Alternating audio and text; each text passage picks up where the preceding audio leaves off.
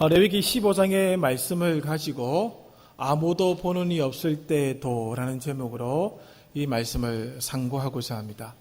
오늘의 제목은 빌 하이베이스 목사라는 분이 계십니다. 그분이 쓰신 책 중에 이런 제목의 책이 있습니다. 아무도 보는 이 없을 때 당신은 누구입니까? 라는 그 책 제목에서 힌트를 얻었습니다.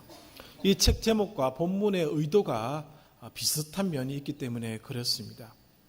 여러분, 아무도 보는 사람이 없을 때 나는 누구였던가 한번 생각해 보시기를 바랍니다. 친구들이 알고 있는 나의 모습, 나. 그리고 직장 동료나 이웃 사람들이 알고 있는 나. 그 모습과 본래 나의 모습이 얼마나 같은지 혹은 얼마나 다른지 생각해 보시기를 바랍니다. 심지어는 가족들마저도 모르는 나의 모습이 있지 않겠습니까? 제가 금요 기도의 시간에는 가끔 말씀을 드립니다마는 저희 어머니께서도 저를 두고 하시는 말씀이 너의 속을 잘 모르겠다. 가끔 그렇게 말씀을 하십니다. 그것처럼 본인이 낳고 본인이 키웠음에도 불구하고 보여지는 모습과 기대했던 모습 또 그 본래의 모습이 다를 수 있다는 것이죠. 그만큼 우리들은 보여지는 모습과 보여지지 않는 모습, 감추어져 있는 모습이 전혀 다르다라고 하는 것을 아마 다들 인정하실 것입니다. 그것을 머릿속에 두시고 오늘 이 레위기 15장의 말씀을 살펴보았으면 좋겠습니다. 레위기 11장부터 15장까지의 말씀의 핵심은 그것입니다.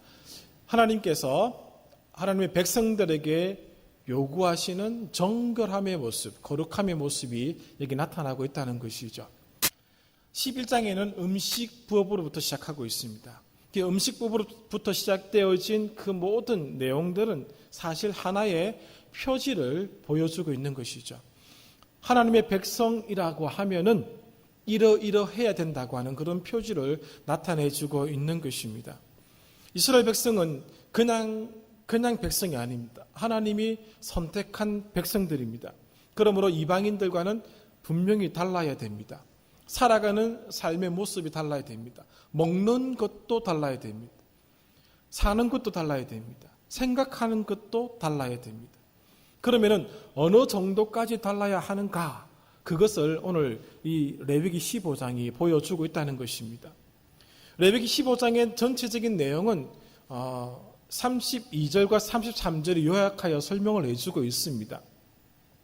제가 1절부터 읽지 않았던 이유는 내용이 길어서도 그렇고 또 이런 내용이 사실 우리가 입 밖으로 잘 표현하지 않는 그런 내용들이 많이 나와 있습니다. 그래서 본문을 31절부터 33절까지로 잡은 것이죠.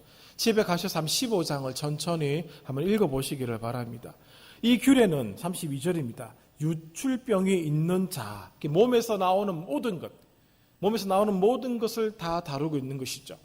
설정한 자, 설정함으로 부정하게 된 자와 불결기에 앓는 여인과 유출병이 있는 남녀와 그리고 불결한 여인과 동침한 자에 대한 것이니라. 이 짧은 구절이 1절부터 30절까지 얘기를 다 포함하고 있는 것이죠.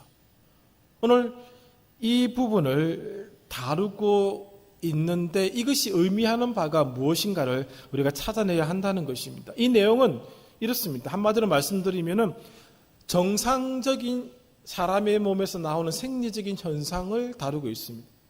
그리고 정상적인 부부 생활의 영역을 다루고 있는 것이죠. 여기에서 하나님은 정결과 부정의 부분을 지금 언급하고 있다는 것이죠. 가장 사적인 영역, 가장 사적인 문제가 정결과 부정에 관한 문제 가운데 가장 심각하게 다루어지고 있는 것을 오늘 본문은 우리들에게 보여주고 있는 것입니다. 왜 이 부분을 말씀하셨을까? 깊은 하나님의 의도가 있음을 알게 됩니다. 그래서 질문을 이렇게 던집니다. 자연스러운 출산, 생리적인 현상, 정상적인 부부 관계를 왜 부정하게 다루고 있는지 그 이유가 무엇인가? 그 질문을 던지고 이 본문을 시작하면 될 것입니다. 출산은 하나님의 축복이죠. 정상적인 생리적 현상도 그것도 축복입니다. 정상적인 부부 관계도 마찬가지입니다. 그러나 그 과정에서 발생하는 유출로 말미암아 부정이 발생하게 되었다는 것이죠. 이걸 구분을 잘 하셔야 됩니다. 정상적인 상황에서 나오는 유출들과 부정과의 관계를 잘 보셔야 됩니다. 그것 자체는 하나님의 복이지만은 그것으로 말미암아 나타나는 유출들은 그 진영을 불결하게 만든다는 것입니다. 우리가 알고 있는데 피는 생명을 상징합니다. 그리고 정액은 생명의 씨로 여겨졌었습니다. 이것들이 몸에서 나오는 것을 가지고 유출이라고 표현하고 있는데 왜 이것을 부정하게 여겼는가 하면은 이 몸에서 이러한 것들이 나올 때에 생명에서 죽음으로 넘어가는 그런 과정으로 생각을 했다고 하는 것이죠. 생명에서 멀어지고 죽음에 더 가까워지는 현상으로 그들이 받아들였다는 것입니다. 하나의 신호로 여겼다는 것입니다. 그리고 그것은 곧 생명의 소실이다라고 생각을 한 것입니다. 하나님께서 우리들을 만드실 때 보시기에 좋았더라라고 창세기 1장 31절에서 말씀하셨습니다. 완벽하게 만드셨습니다. 그러나 오늘 인간의 범죄로 말미암아 그 창조 질서가 몸이 어긋나게 된 것이죠. 그러므로 그 다음부터 오늘 정상적인 상황에서 일어나는 일들이라 할지라도 몸에서 나오는 모든 것들로 인하여 부정하게 된다고 지금 말씀을 하고 있는 것입니다. 이것 때문에 오늘 이 레위기 15장이 다뤄지고 있습니다. 또 하나의 이유는 가나안 종교 때문에 그렇습니다. 가나안 종교에서 성적인 관계는 중요한 제사 의식 중에 하나였습니다. 그래서 하나님께서 가나안 땅에 들어갈 때에 신명기를 통해서 계속해서 경고하는 것이 있습니다. 그들의 땅의 우상을 본받지 말라는 것이, 섬기지 말라는 것이죠. 계속해서 경고하시고 주의를 주고 있습니다. 우리가 잘 알고 있는 실패하죠. 레위기 15장에도 이와 같은 맥락에서 이 말씀을 하고 있다는 것이죠. 가나안 종교들의 신전에는 신전에서 일을 하고 있는 창녀들이 있었습니다.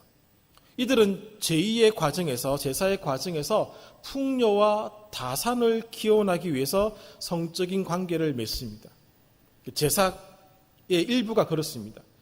인간이 이 성적인 죄에 참여하여 바알의 번식력을 분배받고 농사의 풍년을 기원했던 것입니다. 이런 모습들이 가나안 종교 안에 다 있었습니다. 그래서 이 가나안 종교들, 이방 종교들의 이 제의적 매춘은 이방인들의 제사신 필수적인 요소로 나타났다는 것이죠. 그것에 대한 하나님의 경고고 또 그것과의 구별됨을, 거리를 둘 것을 말씀하고 있다는 것입니다. 하나님은 인간의 성적인 행위를 철저히 인간의 영역으로만 제한하셨습니다. 그러므로 성소에서는 어떠한 성적인 행위도 금지되어 있다는 것이죠. 이 레위기 15장에 나오는 말씀들입니다. 각자의 처소에서 일어나는 정상적인 부부 생활 후에도 성소에 접근을 하지 못하게 막았습니다. 하나님께서 주신 이 아름다운 선물인 성이 인간에 의해 쾌락만을 위한 도구로 오용될 가능성과 위험이 항상 존재했기 때문에 그렇습니다. 그래서 하나님께 나아갈 때는 반드시 성적인 절제를 요구했다는 것이죠. 대제사장은 제사를 드릴 때는 그날 밤에 잠을 자지 않았다고 합니다. 잠을 자다가 성경에 나오는 표현대로 몽설을 하게 될까봐 그것을 막기 위해서 잠을 자지 않았다고 합니다. 그만큼 하나님 앞에 나아갈 때는 극도의 조심이 필요했다는 것이죠. 그리고 군대에 나갈 때도 마찬가지입니다. 전쟁에 나갈 때도 신명기 23장 10절을 한번 읽어보시기를 바랍니다. 왜 성적인 절제를 요구했는가 하면은 하나님이 그 전쟁에 친히 참전하시기 때문에 그렇습니다. 이스라엘의 모든 전쟁은 여호와의 전쟁입니다. 하나님이 그 전쟁에 친히 참전해 계십니다. 그러므로 그 전쟁에 참여하는 모든 사람들은 거룩해야 됩니다. 하나님이 계신 그 진영을 더럽힐 수 없다는 것이죠. 이런 차원에서 오늘 레위기 15장이 우리들에게 주어지고 있는 것입니다. 민수기 25장을 우리가 읽어보면은 이런 사건이 있죠. 바알 부올이라는 곳에서 큰 사건이 일어납니다. 그 앞장들을 살펴보시면은 모압의 왕 발락이 이스라엘을 어떻게 하면 무너뜨릴 수 있을까를 고민하다가 발라함이라는 선지자를 요청합니다. 그를 통해서 이스라엘을 저주하게끔 요청을 하지요. 그런데 발람은 끝내 이스라엘 민족을 저주하지 않습니다. 그런데 그것을 끝났는 줄 알았는데 나중에 계시록을 한번 찾아보십시오. 발람이 어떻게 했는지가 나옵니다. 그 어떻게 했는지 내용이 민수기 25장입니다. 발락에게 하나의 우리 속된 말로 팁을 알려준 것이죠. 이렇게 해서 이스라엘을 무너뜨리라 알려주게 됩니다. 그 내용이 25장 1절과 2절에 나타나는데 이것입니다. 모압의 신에게 제사를 드릴 때에 모압의 신전에 있던 모압의 여인들이 이스라엘 남자들을 초청합니다. 그리고 제사의 그 절차 가운데 하나로 모압 신에게 절하게 만들고 제사의 절차 가운데 하나로 음행을 하게 됩니다. 이 사건으로 말미암아 하나님이 2만 4천 명을 죽이십니다. 하나님이 진노하신 것이죠. 바로 이러한 것들을 금지시키는 법으로 레위기 15장이 주어져 있다는 것입니다. 가나안 종교를 따르는 것은 하나님의 진노를 불러오는 것입니다. 우리가 알고 있는 대로 열왕기에 보시면 아합과 이세벨이 이스라엘을 완전히 영적으로 도탄에 빠지게 만들었습니다. 바로 이러한 일들을 저지르게 만들었다는 것이죠. 그래서 하나님께서 레위기 15장을 통해서 아주 엄하게 경고를 하고 있는 것이죠. 이것이 레위기 15장의 가르침입니다. 오늘날 이 말씀을 우리가 접하게 될 때 우리가 생각할 수 있는 것이 있습니다. 하나님은 레위기 11장부터 15장의 말씀들을 통하여서 이스라엘 백성들을 정결한 백성으로 거룩한 백성으로 만들어 나가고자 하셨습니다. 이것이 하나님의 기본적인 전략입니다. 거룩함의 전략이라고 말씀드릴 수 있습니다.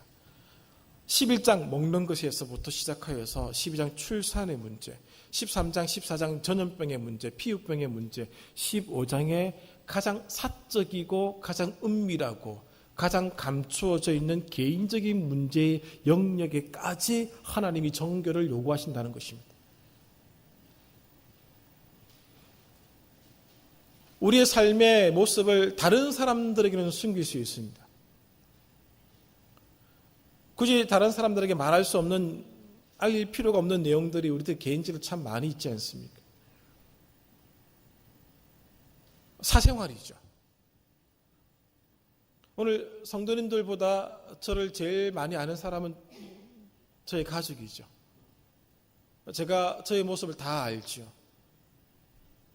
하나님은 그 가장 사적인 영역에까지 성결하라라고 말씀을 하고 있다는 것입니다. 가나안 종교의 문제를 2차적으로 둔다 할지라도 1차적으로 의미는 그것입니다. 아무도 보는 사람이 없을 때에도 정결한가? 아무도 보는 사람이 없을 때에도 거룩한가를 묻고 있다는 것이죠. 이것이 이스라엘 백성들의 표지로 나타나기를 하나님이 원하셨다는 것입니다. 하나님의 백성은 하나님 앞에 그 어떤 것도 숨길 수가 없습니다. 하나님 앞에서는 침실의 영역에까지도 정결해야 한다는 사실을 오늘 본문은 말씀해 주고 있습니다. 부부 사이에서 일어나는 일에서도 정결함을 갖추어야 한다는 것이죠. 먹는 것에서 시작하여서 오늘 가장 은밀한 사적인 영역까지 하나님이 정결을 요구하신다는 겁니다. 이것이 이스라엘 백성들의 표지로 나타나기를 원하셨다라고 하는 것입니다. 그렇지 않을 때 무슨 일이 생겨나는가? 오늘 본문 31절을 보십시오. 너희는 이와 같이 이스라엘 자손이 그들의 부정에서 떠나게 하라. 그들 가운데 있는 내 성막을 그들이 더럽히고 그들이 부정한 중에 죽지 않도록 할지니라. 만약에 먹는 것에서부터 시작한 그것이 오늘 가장 은밀한 영역에까지 정결을 유지하지 않게 된다면 첫 번째 일어나는 일들이 무엇인가 하면 하나님의 성막이 더러워지는 것이죠. 부정하게 된다는 것입니다. 하나님의 성막이 부정하게 되면 오늘 본문 31절에 있는 것처럼 그들이 부정한 중에서 죽지 않도록 할지니라 라고 하는 표현처럼 부정한 중에서 죽게 되어 있습니다. 부정한 것은 거룩한 곳에 들어갈 수가 없습니다. 거룩한 것 앞에 서 있을 수가 없습니다. 죽습니다. 그리고 성막이 계속 부정해지면 하나님이 그곳에 임재하지 않습니다. 하나님의 임재가 없어지면 이스라엘 백성들은 보호를 받지 못합니다. 하나님이 주시는 모든 은혜를 누릴 수가 없습니다. 구원이 사라지게 되어 있습니다. 출애굽기 25장부터 40장까지의 가장 중요한 핵심이 성막 제조가 나오는 부분입니다. 성막 제조의 가장 중요한 신학적인 의미는 하나님의 임재하심입니다. 레위기 초반에 말씀드렸습니다. 하나님의 임재의 가장 중요한 것은 하나님의 구원이 가능한 조건 중에 하나를 갖추는 것입니다. 그런데 성막이 더러워져서 하나님이 그곳에 계시지 아니하신다면은 하나님의 구원이 이스라엘 진영 가운데 일어나지 않는다는 것이죠. 그러므로 하나님의 성막이 있는 그 진은, 그 공동체는 항상 정결해야 한다는 것이죠. 어디서부터 어디까지? 먹는 것에서부터 가장 은밀한 영역에까지 정결할 것을 요청하셨다는 것입니다. 하나님이 요구하시는 정결함, 거룩함은 모든 영역에서 요구되어지고 있다는 것입니다. 하나님 앞에 사생활은 없습니다. 하나님이 나의 사생활인데요 라고 할 수 없습니다. 우리끼리는 할 수 있습니다. 목사님이 사생활입니다. 건들지 마십시오. 예, 제가 존중해 드려야 됩니다. 이 성도님들도 이건 저의 사생활입니다 라고 저도 말씀드릴 수 있습니다. 여러분들도 존중해 주셔야 됩니다. 그런데 하나님 앞에서는 사생활이라는 것이 존재할 수가 없습니다. 하나님께서 모르시는 삶의 모습도 없습니다. 심지어는 우리의 생각도 정결해야 한다는 것이죠. 하나님 앞에서 인간의 모든 것은 다 노출되어 있다는 것을 아셔야 됩니다. 숨기고 싶어도 숨겨지지 않습니다. 이스라엘 백성들이 여리고성을 함락할 때의 일입니다. 그때 중대한 범죄 하나가 발생하게 되죠. 사실 그때는 몰랐습니다. 아이 성을 치러 들어가고 난 뒤에 알게 되었죠. 여리고성보다 크지 않았고 그들의 눈으로 볼 때도 충분히 함락시킬 수 있을 것 같은 성이었습니다. 진격했습니다. 패배를 하게 되죠. 여호수아 장군이 굉장히 당혹해했습니다. 하나님 왜 우리를 이렇게 하십니까? 라고 하나님 앞에 기도할 정도였죠. 그때 하나님 말씀하십니다. 이스라엘이 범죄하였다. 여호수아서를 읽어보십시오. 이스라엘이 범죄하였다. 여러분 성경을 다시 한번 찾아보았습니다. 12지파 중에 한 지파 전체가 범죄하였는가? 그가 아니었습니다. 이스라엘 진영 가운데 있는 수많은 가문들이 있습니다. 그 가문 전체가 범죄하였나? 그것도 아니었습니다. 한 사람 아간이었습니다. 근데 하나님은 이렇게 말씀하시죠. 이스라엘이 범죄하였다. 아간은 아무도 보는 이 없을 때 범죄한 것이죠. 아간은 아무도 보는 이가 없는 줄 알았습니다. 그러나 하나님은 보셨습니다. 하나님께서 요구하시는 거룩함의 정도를 보여주는 사건이죠. 아간 한 사람이 잘못했는데 이스라엘이 전쟁에서 패했습니다. 하나님은 이것을 이스라엘이 범죄하였다라고 표현하실 정도입니다. 아무도 보는 이 없을 때 당신은 누구입니까? 아무도 보는 이 없을 때도 당신은 거룩하십니까? 오늘 레위기 15장이 우리들에게 던지는 질문이자 도전입니다. 우리 모두를 이 질문 앞에 서게 만드시는 것이죠. 오늘 여기 계신 모든 분, 저를 포함한 우리 모두가 하나님 앞에 서 있습니다. 다 예배당에 올 때 깨끗하게 하고 오셨고 보시면은 전혀 문제가 없습니다. 나이에 걸맞지 않게 다 젊어 버리고 말하셨습니다. 다 괜찮습니다. 근데 그 속은 아무도 모릅니다. 그 영역까지 거룩할 수 있느냐? 그 영역까지 거룩해야 된다. 정결해야 된다를 말씀하고 있다는 것이죠. 어떻습니까?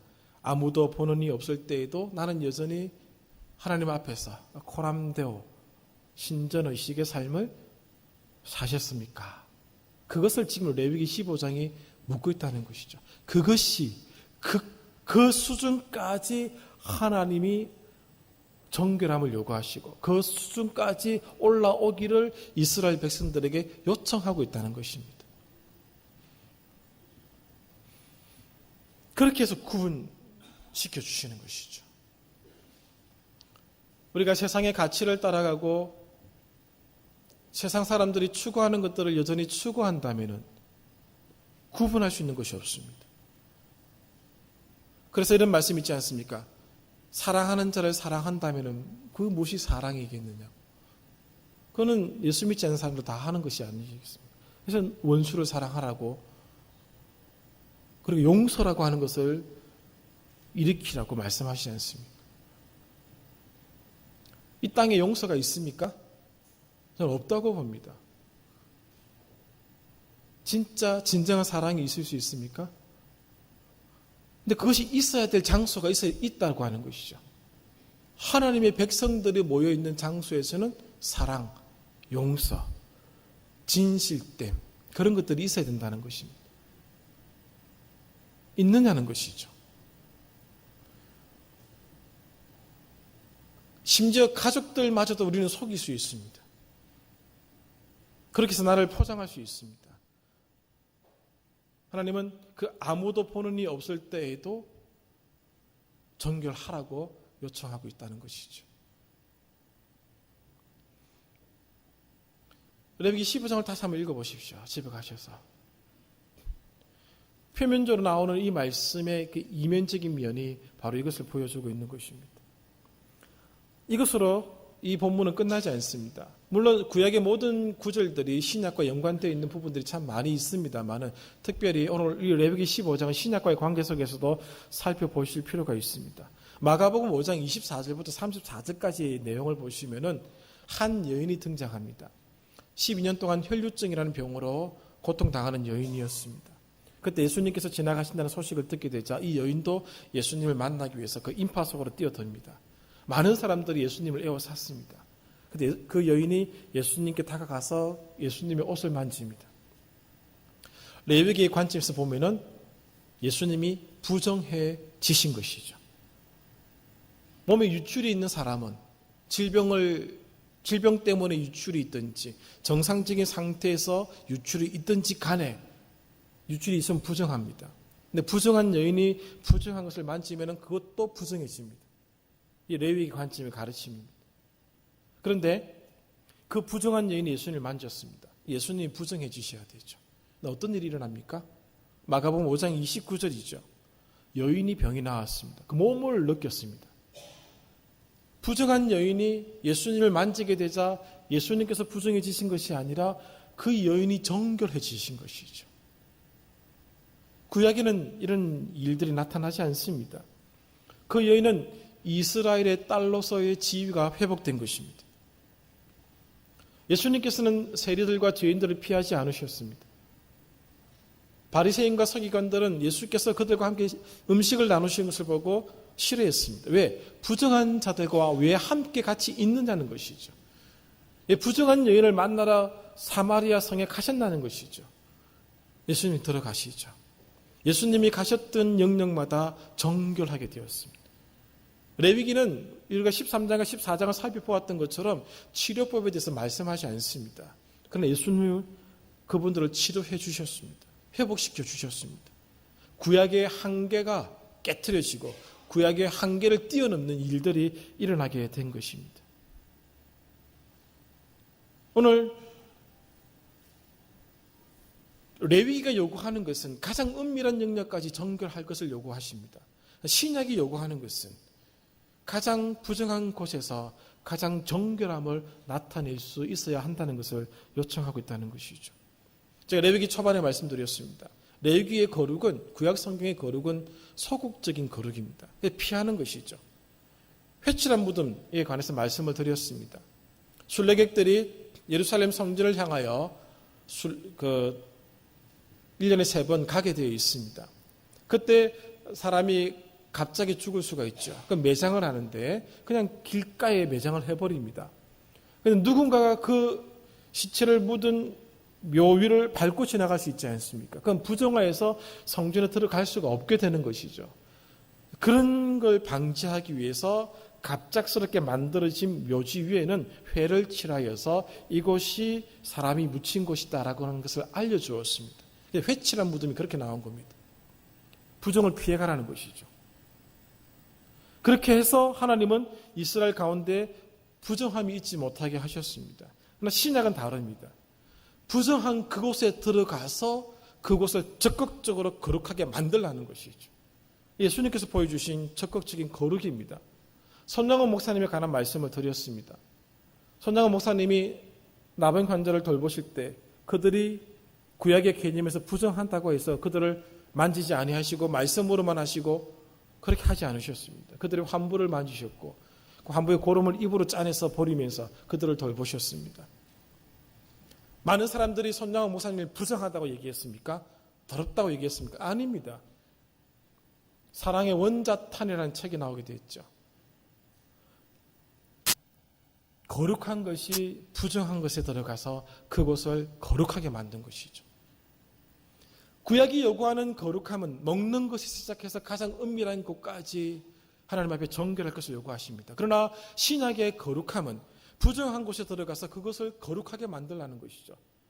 구약의 표지가 요구하는 것보다 더 높은 표지를 오늘 우리들에게 요청하고 있는 것을 신약은 보여주고 있는 것입니다. 삶의 현장에 들어가라는 것이죠. 나는 저들과 어울리지 못할 사람이라고 선 긋지 말라는 것입니다. 하나님의 거룩함이 오늘 우리들에게 요청되는 모습인 것이죠. 그러므로 몇 가지 교훈을 정리할 필요가 있습니다. 가정에서 가장 중요한 자리는 식탁과 침실입니다. 모두 생명과 직결된 곳이죠. 가장 개인적인 곳입니다. 가장 개인적인 곳에서부터 공동체의 정결함은 시작되어야 된다는 것입니다. 식탁의 자리에서, 침실에서 오늘 이스라엘 백성으로서, 하나님의 백성으로서 정결함이 나타나야 하는 것입니다. 나의 내면의 가장 깊은 곳에서부터 깨끗해야 됩니다. 이것이 무너져서는 안 된다는 것이죠. 하나님은 우리를 감찰하십니다. 그의 눈동자를 피해갈 수가 없습니다. 사람은 속일 수 있습니다. 심지어는 나라고 하는 자신까지 속일 수 있습니다. 정당성을 부여해가면서 나를 속일 수가 있습니다. 그러나 하나님은 속일 수가 없습니다. 아무도 보는 이 없을 때에도 정결하라는 것이죠. 무인도에 혼자 산다 할지라도 정결하라는 것입니다. 갑자기 떠오르는 책 내용이 있습니다. 대학 1학년 때에 가난 농군학교를 갔습니다. 의무적으로 가야 됩니다. 그때 김영기 장로님의 아드님 중에 한 분이 이런 말씀을 하셨습니다. 아버님께서 교육생들을 가르칠 때, 식사 교육을 가르칠 때 꼭 20분을 밥을 다 차려놓은 상태에서 20분을 교육을 하신답니다. 이해가 된답니다. 교육생들을 가르칠 때는 그렇게 하는 게, 근데 가족들을 앉혀놓고도 그렇게 하신다는 겁니다. 매 끼니 때마다. 도저히 이해할 수가 없었더랍니다. 가족끼리는 아니까 그냥 넘어갈 수 있는데 꼭 20분 하신다니. 속으로 아는 내용인데 우리끼리인데. 근데 김영규 장로께서는 한 번도 그것을 어기신 적이 없으시다니. 보든 보지 아니하시든 그분께서는 누가 보든 보지 아니하시든 24시간 중에 4시간을 하나님 앞에 기도하셨습니다. 아무도 보는 이 없을 때에도 자신을 하나님 앞에서 약속한 대로 살았던 것이죠. 아무도 보는 이 없을 때에도 우리는 거룩한가? 오늘 우리는 예수님께서 보여주신 적극적인 거룩의 삶을 살아가야 됩니다. 오늘 우리가 머물고 있는 가정에서 나로 하여금 그 거룩이 퍼져가고 있습니까? 한번 이렇게 질문을 해보십시오. 나로 하여금, 나로 말미암아 나의 가정이 거룩해지고 있는가? 내가 머물고 있는 직장이, 내가 머물고 있는 삶의 터전이, 나를 만나는 많은 사람들이 나로 하여금 거룩해지고 있는가? 우리 모두, 저를 비롯한 우리 모두에게 부담스러운 질문이고 도전이죠. 성경이 그것을 요구하고 있습니다. 예수님께서 계셨던 그곳에서는 부정함이 물러갔습니다. 거룩함이 자리 잡았습니다. 죄인이 회복되었습니다. 죄에 대한 용서가 선포되었습니다. 우리가 머물고 있는 삶의 자리, 무엇이 만들어지고 있는가 돌아보아야 합니다. 그리고 이 거룩한 도전들을 피하지 마시기를 바랍니다. 이렇게 말씀드리는 저도 굉장히 부담스럽습니다. 그러나 기록된 말씀이라 저에게도 이 말씀은 던져져야 될 질문이기에 말씀드리고 있습니다. 본문은 성서에서 이스라엘 공동체에서 영향을 미칠 수 있는 것이라면 아무리 사소한 것이라도 극히 개인적인 것이라도 극히 사적인 영역의 문제라도 하나님 앞에서 정결해야 함을 말씀해 주고 있습니다. 아무도 보는 이 없을 때 당신은 누구입니까? 이 질문이 한 주간 계속해서 우리의 귀를 울렸으면 좋겠습니다. 우리의 생각이 온 세상에 공개된다고 해도 부끄러워하지 않을 수 있어야 한다는 말씀이죠. 그런 사람은 거울과도 같은 사람이죠. 그런 사람 앞에서는 권력이 이길 수가 없고요. 돈이 이길 수가 없습니다. 힘이 이길 수가 없습니다. 이 세상이 이겨낼 수가 없습니다. 그 모습이 하나님의 백성들의 모습이 되기를 원하셔서 11장부터 15장이 주어지고 있는 것입니다. 무서운 말씀이죠. 하나님께서 요구하시는 백성들의 모습입니다. 나는 어디에까지 도달했는지 한번 점검해 보시기 바랍니다. 기도하겠습니다.